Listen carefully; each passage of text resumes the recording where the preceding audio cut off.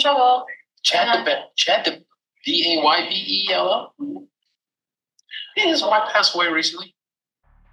In April 2024, it's Chad's turn to face justice. His wife of 29 years was found dead under mysterious circumstances in their marital bed. He marries his new wife, Larry Vallow, 2 short weeks after Tammy Daybell's funeral. The newlyweds disappear the day after police conduct a welfare check on Laurie's son, JJ. They abscond to Hawaii for months until police finally catch them and bring their honeymoon to an abrupt end. Months after that, Laurie's 2 minor children are found dead on his property, one of them burned and dismembered beyond recognition. He's been in jail since the children were discovered nearly 4 years ago. While Judge Boyce took the death penalty off the table for Laurie, Chad faces the ultimate punishment: death in a state where execution by firing squad is legal. Will the defense be able to sell Chad's aw shucks choir boy image with the help of testimony from his children? Or will the prosecution use the damning evidence from Laurie's case to convince the jury of Chad's guilt? This video is a part of a larger series, so check out the playlist on Laurie's trial and sentencing. Links in the description below.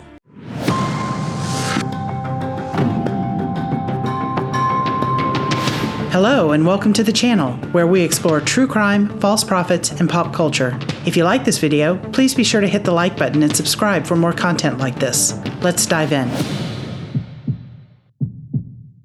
Hey, true crime heroes. Today, we'll delve into Chad's opening statements delivered by his attorney, John Pryor. In a criminal trial, the prosecution delivers the opening statements first, followed by the defense.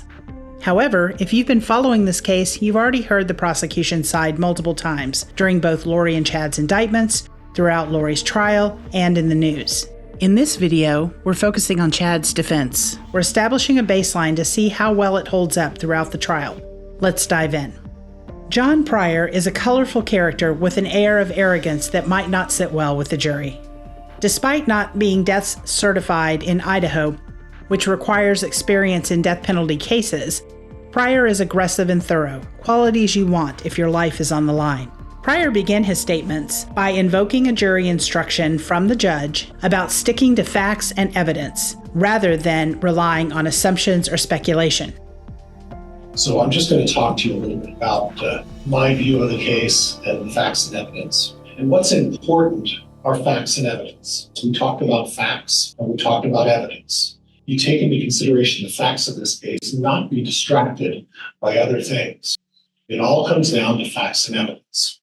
So I'm going to talk to you a little bit about the facts and evidence of this case. But then he dives into a muddled mix of facts, speculation, innuendos, biases, and even falsehoods. So let's take a look. Fact number 1. Chad goes on a mission, meets his wife, and they marry after a 6-month courtship. So far, so good. But Pryor implies that this is an unusually long engagement by Mormon standards, and he paints Chad as a faith-based good guy following his church's teachings in this area. Chad is a Mormon, and while it is true the LDS Church encourages marriage at a young age, it gives no guidelines as to what length an engagement should be. Even if Pryor could quote credible statistics to corroborate his claim that Mormons overwhelmingly have super short engagements, what does this have to do with 2 dead children and a dead wife 29 years after the fact? Not much.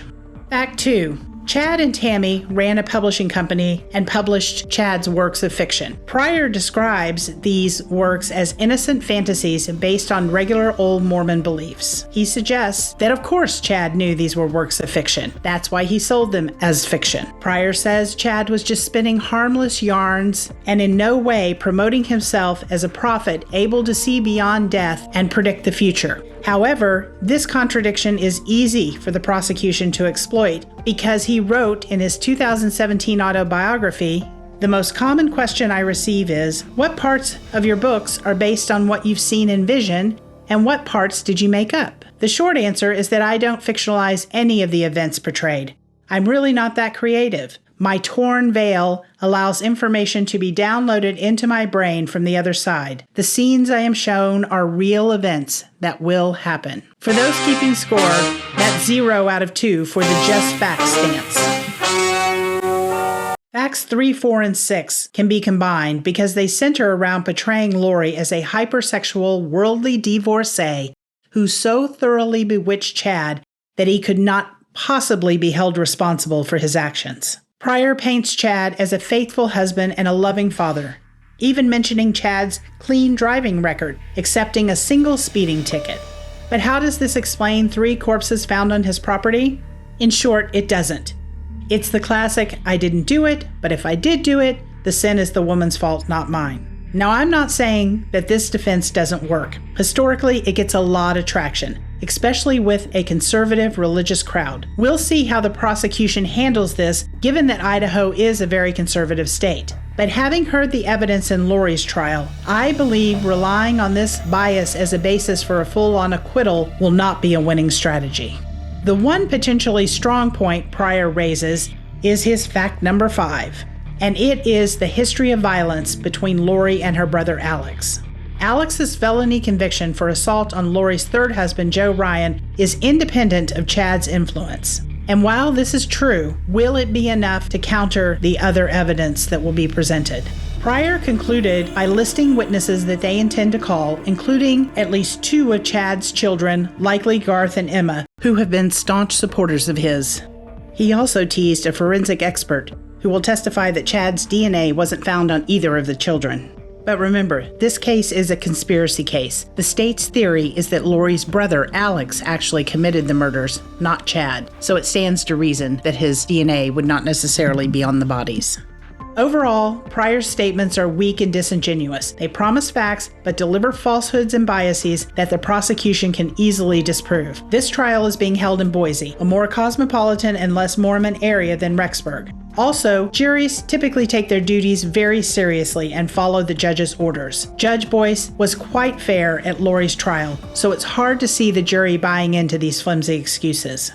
Stay tuned as we continue to cover the Chad Daybell case, focusing on the moments that make the case. Don't forget to check out our playlist on Lori's trial and sentencing. Links are in the description below. Let us know your thoughts in the comments, and be sure to like, subscribe, and hit the bell icon for notifications on our latest updates. Until next time, be safe, be well, love yourself, love your neighbor.